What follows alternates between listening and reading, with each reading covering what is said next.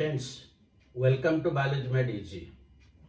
We are discussing the different agents of cross pollination, where in the previous videos we have discussed anemophily and hydrophily. In this video, we will discuss entomophily.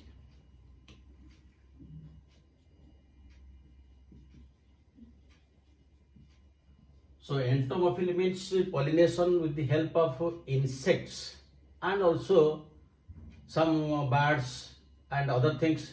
Together we can call it zoophily, but particularly for insects it is known as entomophily.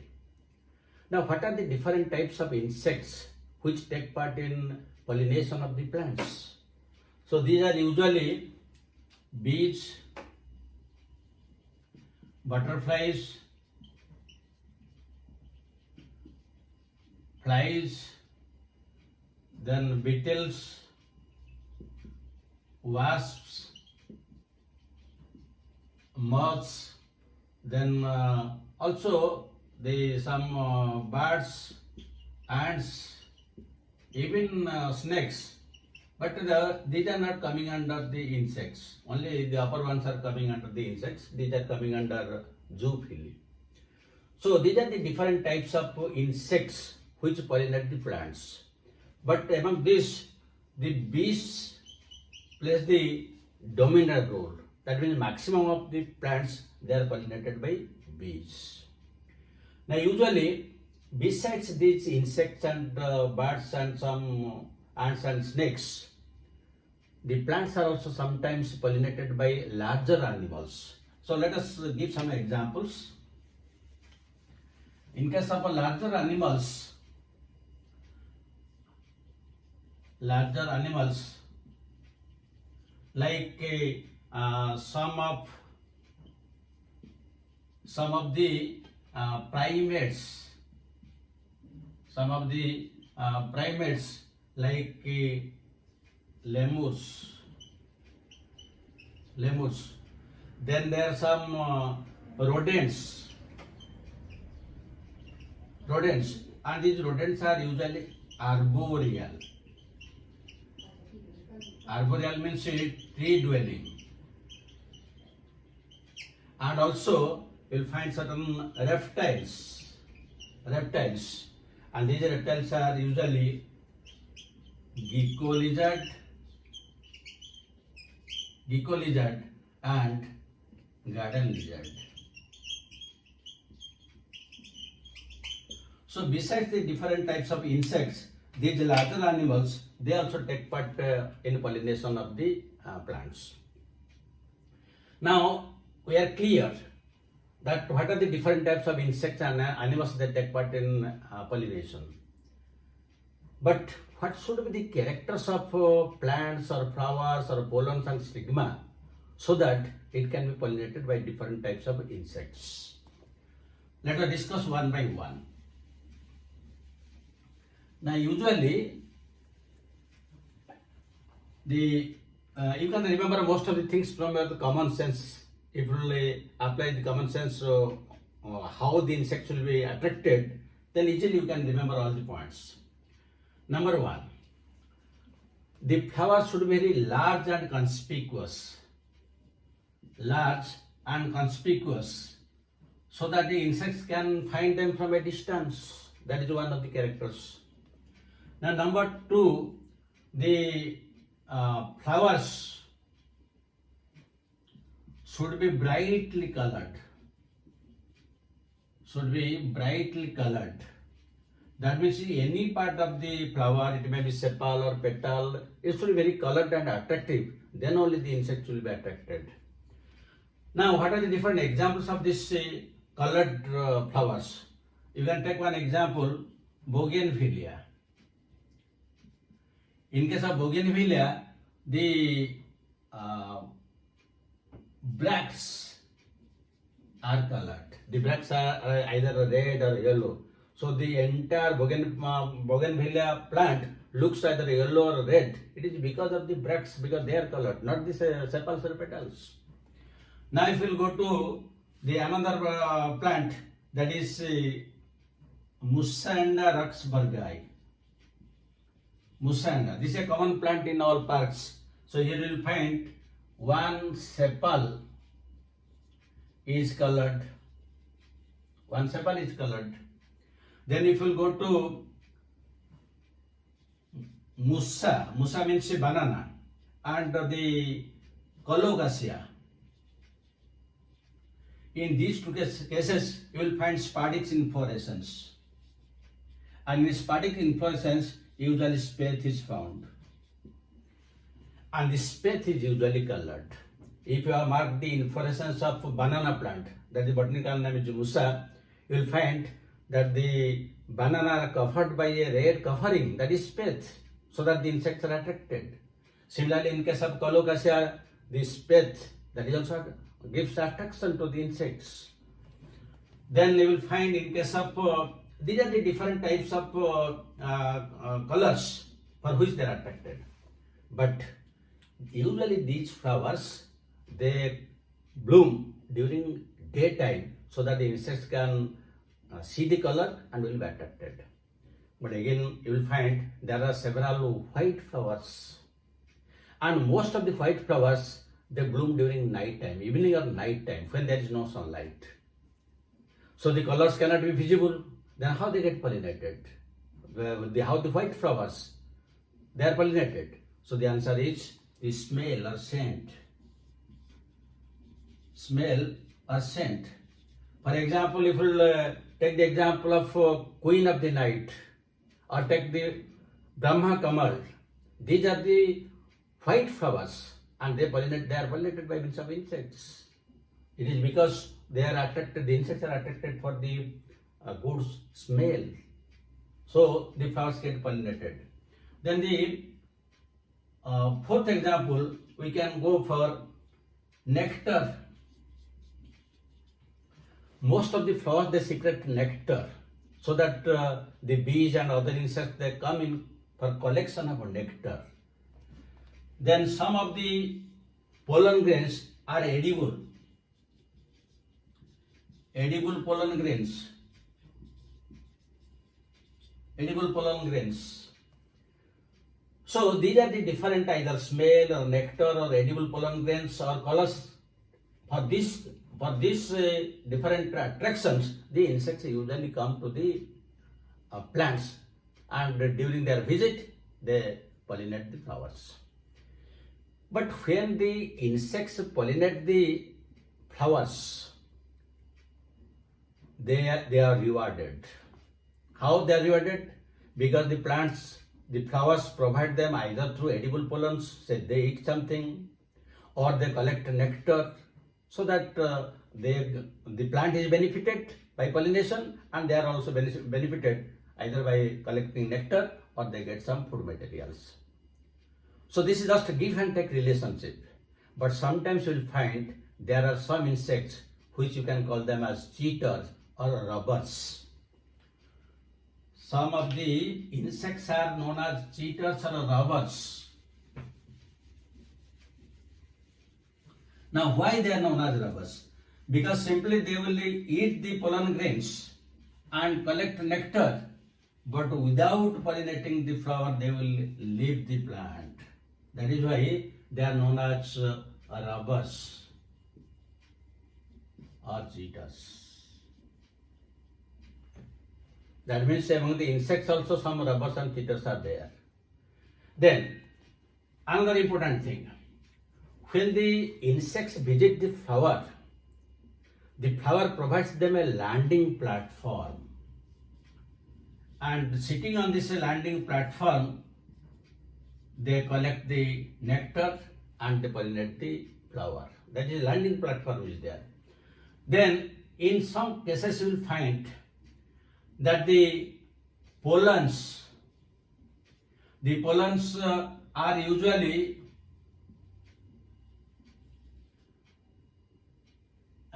yellow, oily, because they contain pollenkit. Pollenkit, this is very important, because pollenkit, the outer side of the pollen grain is made of exile. And in that exile you will find pollenkit, which is yellow in color, oil in substance, so that easily it can be attached to the body of the insects. So it helps in pollination. And in some cases also you will find the pollen grains. The pollen grains are spinous, so that they can be easily attached to the body of the insects. So these are the cases in case of flowers and pollen grains. But what are the characters of the stigma? So the next is the stigma is also sticky, because the pollen kit is yellow oily. Yellow oily means it is sticky because it is oily. So you can also add the word sticky. And the stigma is also sticky. That means in case of entomophilous flowers, the pollen grain is sticky and the stigma is also sticky, so that both can be attached together, so that the fertilization will take place and the pollination will be successful. So the stigma is still. Now in still some cases you will find there is a one-to-one relationship. One-to-one relationship is there is a relationship between the insect and a particular flower. Because the insects, they found if there is any landing space in the flower, there they can sit and they can lay eggs. Because for some insects it is very difficult where to lay eggs, so that the eggs will be in safe position. And one of the examples is the amorphous flower. Amorphous flower, this is the tallest flower. Tallest flower, and it is usually 6 feet tall. So the insects will enter into it and confidently, safely they will lay eggs without any fear. That is one. Now second example you can give in case of yucca. Yucca flower, here the moth, Pronuba moth. That means yucca flower can be pollinated only by Pronuba moth, and Pronuba moth will lay eggs only in yucca. This is one-to-one relationship. It will never lay eggs in some other flower, or yucca is not pollinated by any other insect. One-to-one relationship. Similarly, you can take another example. Another example is you can take fig plant, fig or any calotropis. These are usually pollinated by wasp. So here also the relationship is one-to-one, because this is the type of inflorescence in fig. It is a hypanthodium type. This is the ostiole, and here the male flowers are there, and on the lower side the female flowers will be there, and in between you will find some gall flowers are there. In between some gall flowers are there. Gall flowers means the sterile flowers. So the wasp will come and it will lay eggs in these gall flowers. These are the gall flowers, sterile flowers, and these are the male flowers, these are the female flowers. So during this, when they will come to lay eggs, during that time they will pollinate all the flowers. And how it gives reward? When they lay eggs are hatched and new offspring come out. Initial stage, they eat some of the seeds of this fig plant. So this is again one-to-one relationship. Then let us give another example. Another example is salvia. Salvia. Here you will find the liver mechanism. Liver mechanism. Because here the flower is bilobate, like this. It is bilobate. And there is a single anther with a long connective. Single anther with a long connective. And when the insect will visit in collection of nectar, the backside will be dusted with the pollen grains coming out from this anther.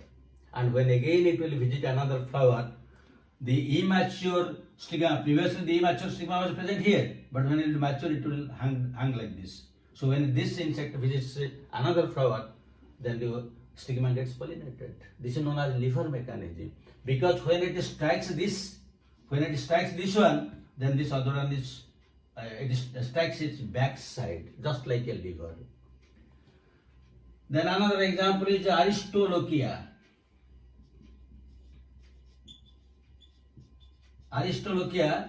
In Aristolochia, it is a fly trap mechanism. So in this mechanism, what happens? The Aristolochia flowers are quite long. The flower is like this. It is bent like this. This is the flower. These are the petals. And here the base of this corolla, you will find some hairs are present like this. And the hairs are present, they are pointed only toward the inner side. Now when the insect will visit in the collection of nectar, it can come easily for collection of nectar because these bristles or hair legs are pointing downwards. But when it will return back, they will obstruct its return. That means here the insect is trapped, and during this, when it will be inside, then it will try to go out, and at that time the flowers will get pollinated. Fly trap mechanism. Then in some other cases also you will find another case in case of this Centaurea. In case of Centaurea, the mechanism is piston mechanism. And in case of Rafflesia, this is pollinated by carrion flies. And in case of orchids,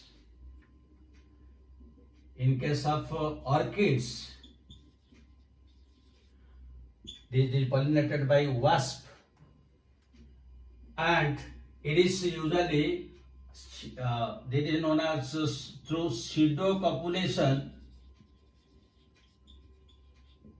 and this is also known as sexual deceit. Because one of the petals of this orchid, that is commonly known as ophrys, one of the petal is modified to look like the female insect, so that the male insect thinks that it is the female insect, and it comes, but ultimately it's cheated. That is why it is known as sexual deceit. So here also there is one-to-one relationship. So you see how a particular plant is pollinated by a particular insect, and without the insect, the flower cannot be pollinated, and without the flower, the insect cannot lay eggs, and its reproduction cannot take place. So this is how the different types of insects, they help in pollination of angiosperms or flowering plants. Now let us discuss questions.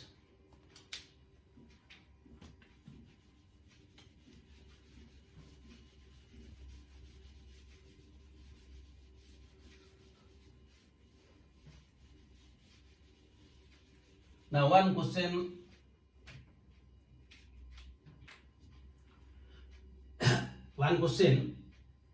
in which type of pollination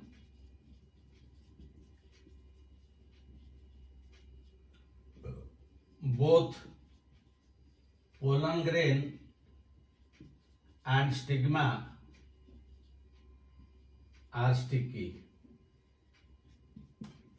So A choice, anemophily.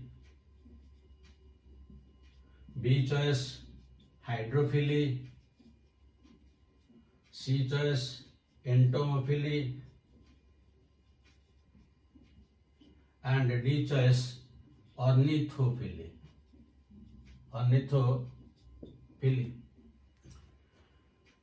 Then another you can note down.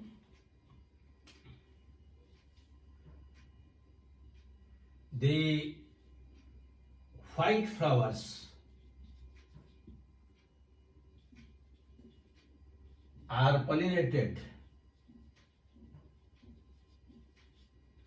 during night, then how the insects are attracted?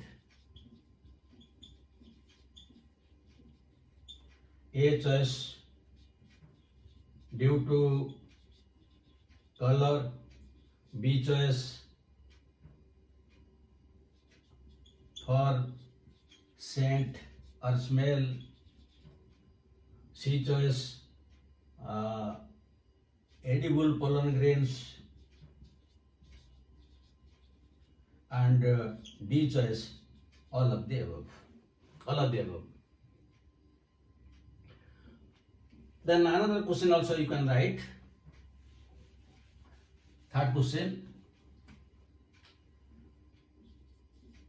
Pollen kits are present in the pollen grains of A choice, again anemophily,